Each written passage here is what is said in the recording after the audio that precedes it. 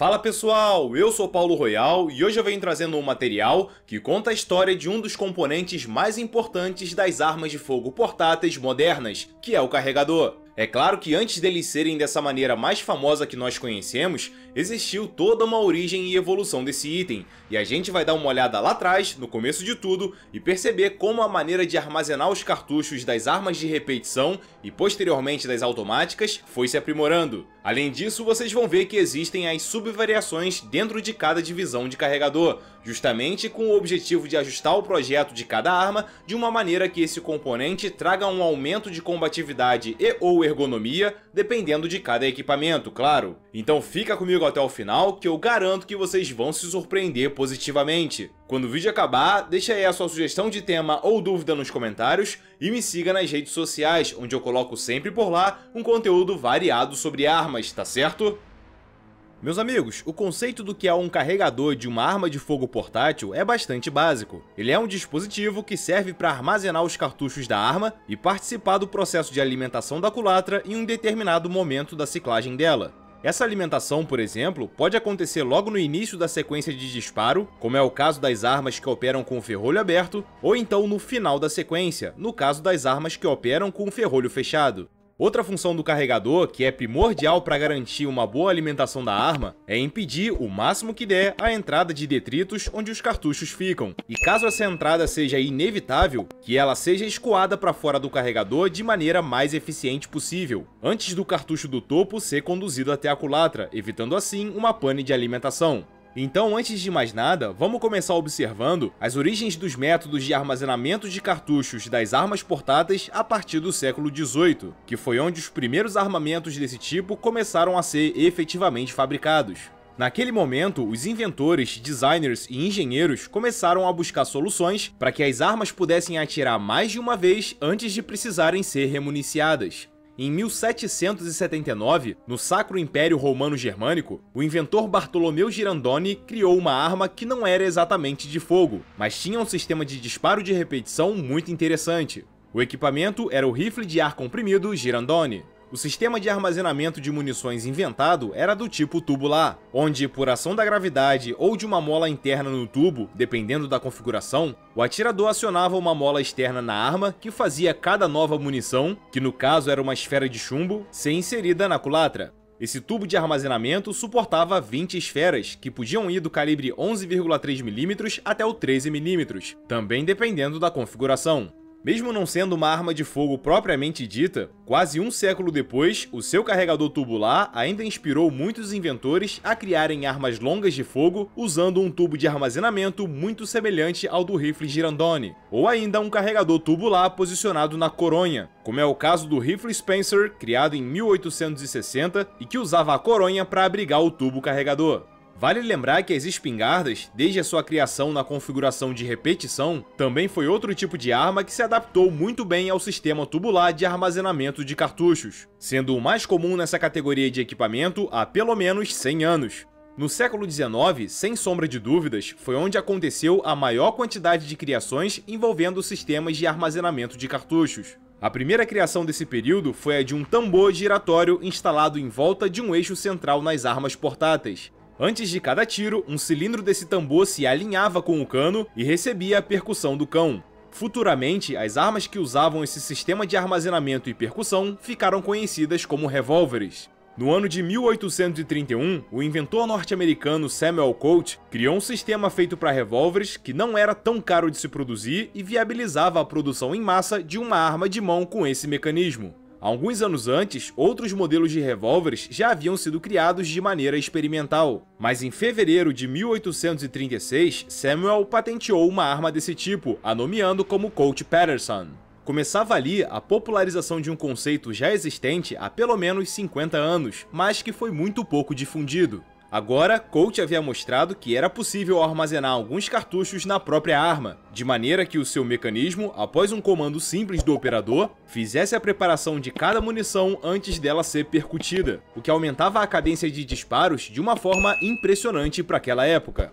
Tendo esse sistema inovador como base, ao longo do século XIX, centenas de inventores pelo mundo afora começaram a aprimorá-lo, criando revólveres e carabinas que usavam tambores com mecanismos de acionamento e sistema de ação variados. O avanço da metalurgia na segunda metade do século XIX permitiu que a criatividade dos inventores pudesse ser expandida. Desde o ano de 1855, algumas patentes vinham sendo criadas sobre um dispositivo que enfileirasse os cartuchos um acima do outro, mas posicionados horizontalmente, só que nenhum desses projetos saiu do papel. Até que em 1879, o inventor escocês James Paris-Lee, que morava nos Estados Unidos, criou o fuzil Remington Lee Model 1879, que trazia o primeiro conceito prático do que seria um carregador destacável. E no caso, esse rifle usava um carregador destacável do tipo caixa, onde os cartuchos de fato ficavam armazenados de maneira horizontal no compartimento metálico, enfileirados um sobre o outro. A cada ciclagem da arma, a plataforma no fundo do carregador ia subindo pela ação de uma mola, disponibilizando um cartucho por vez para ser inserido na culatra. Com o início da Primeira Guerra Mundial, os carregadores destacáveis começaram a ser gradativamente usados nas armas longas, sendo que nas pistolas eles já eram empregados amplamente desde o início do século XX. Durante e depois da Segunda Guerra Mundial, o uso dos carregadores destacáveis subiu vertiginosamente, uma vez que a quantidade de armas automáticas e semiautomáticas também cresceu de maneira muito rápida. Com a tecnologia de fabricação ficando mais moderna, a capacidade dos carregadores destacáveis também pôde aumentar, havendo modelos que comportam de 50 a 100 cartuchos. Esses carregadores do tipo caixa, que são de alta capacidade, receberam o nome de carregador de caixão, que já é um nome autoexplicativo. Internamente, esses carregadores são quadrifilares, onde conforme os cartuchos vão subindo em direção à saída, vão se afunilando entre si, formando um grupo bifilar e depois um monofilar. Dependendo do tipo de munição que vai nesse carregador, há uma tendência maior de ocorrer emperramentos, sem falar na adição descomunal de peso que tantos cartuchos juntos trazem ao conjunto.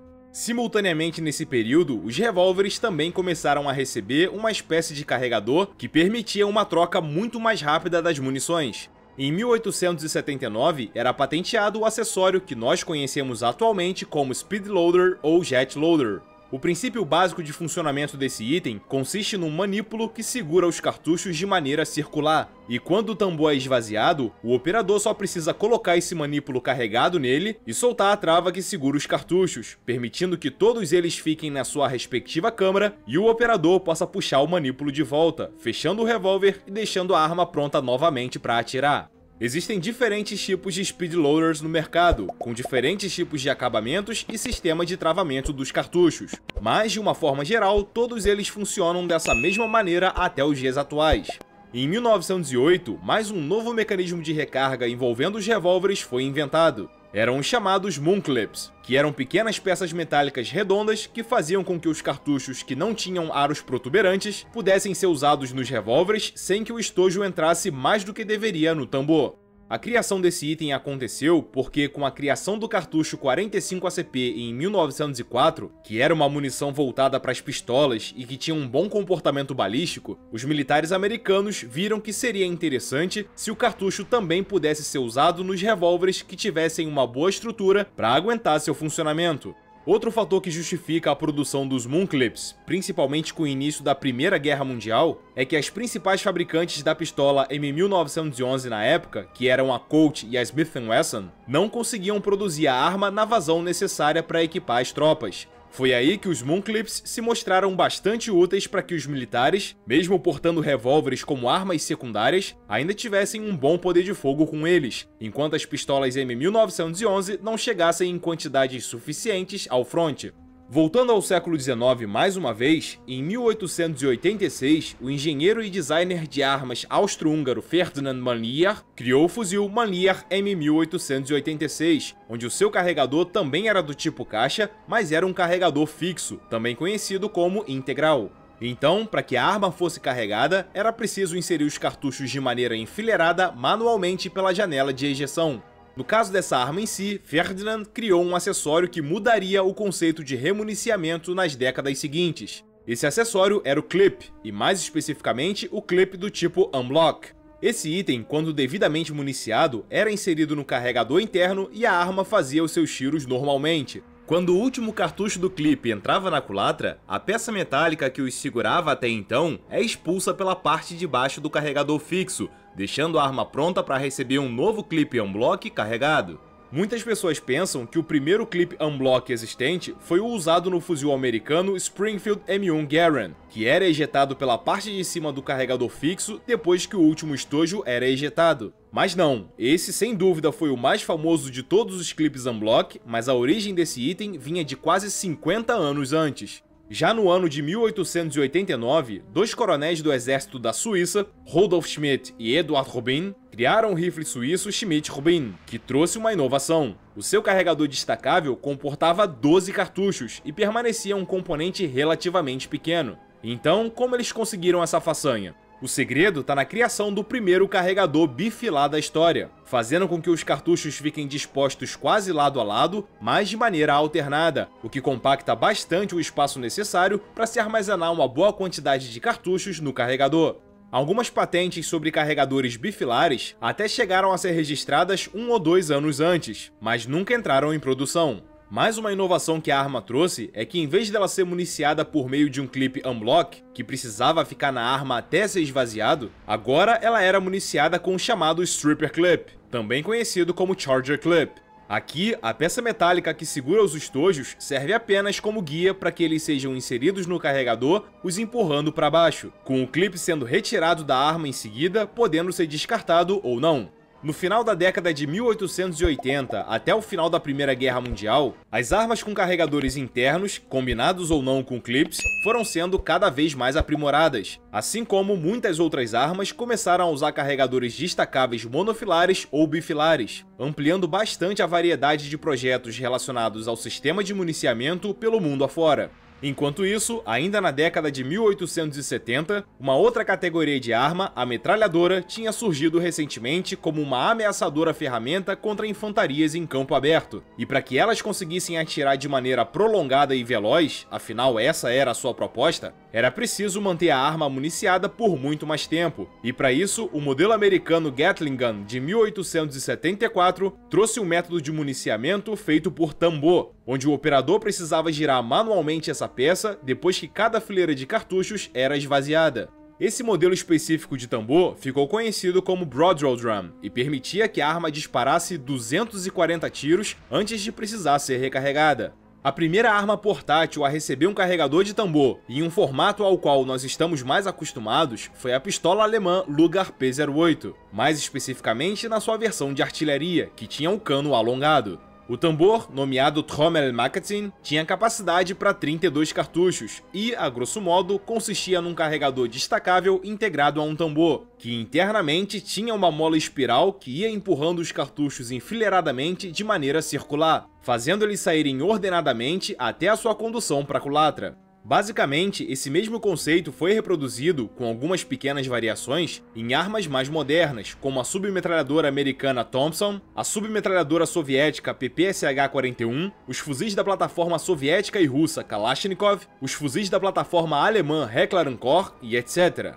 Até mesmo carregadores contemporâneos de alta capacidade, como os norte-americanos Beta-Mag, que suportam até 100 cartuchos, podem equipar desde algumas pistolas até fuzis de assalto e metralhadoras leves. Outro tipo de carregador que também é de tambor, mas fica posicionado de forma paralela ao cano, é mais conhecido como carregador de panela ou mundialmente nomeado como Pen Magazine. Ele funciona da mesma maneira que o tambor tradicional, sendo o primeiro modelo de arma portátil a usar esse tipo de municiamento a metralhadora leve britânica Lewis Gun, que já tem vídeo aqui no canal. Permanecendo no século XIX, em 1886, com o lançamento da metralhadora Maxim Gun, que foi a primeira metralhadora com a ciclagem totalmente automática do planeta, ela trouxe mais um método de municiamento que permitia uma combatividade prolongada. Era a alimentação por uma cinta de cartuchos, também conhecida nos dias atuais como cordão, fita, esteira e etc.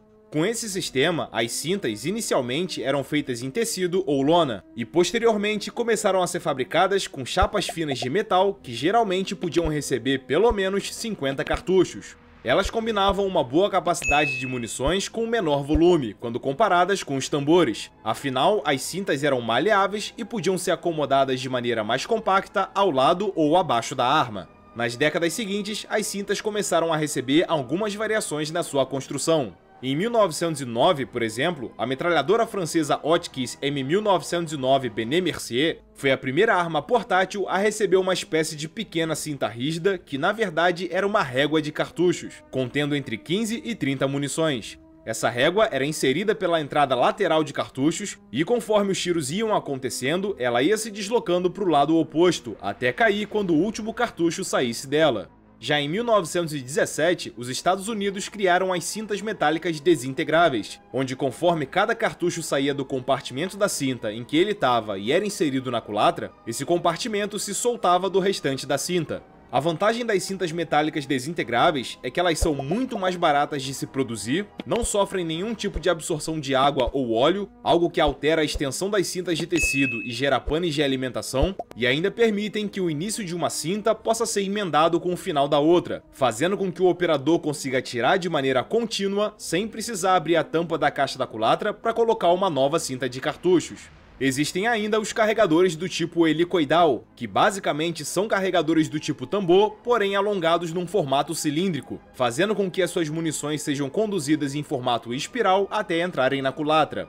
Muitas pessoas acham que esse tipo de carregador surgiu na década de 1980, através da empresa americana Calico Light Weapon Systems, que baseou o projeto de quase todas as suas armas para que usassem os carregadores helicoidais. Em todo caso, a criação desse carregador é bastante antiga. Mais especificamente, ela surgiu no ano de 1868, quando a primeira patente para um carregador desse tipo em uma arma portátil foi apresentada. A arma em questão era o rifle norte-americano Evans Repeating Rifle, criado pelo dentista Warren Evans e que começou a ser produzido em 1873, indo até 1879, com 15 mil unidades construídas.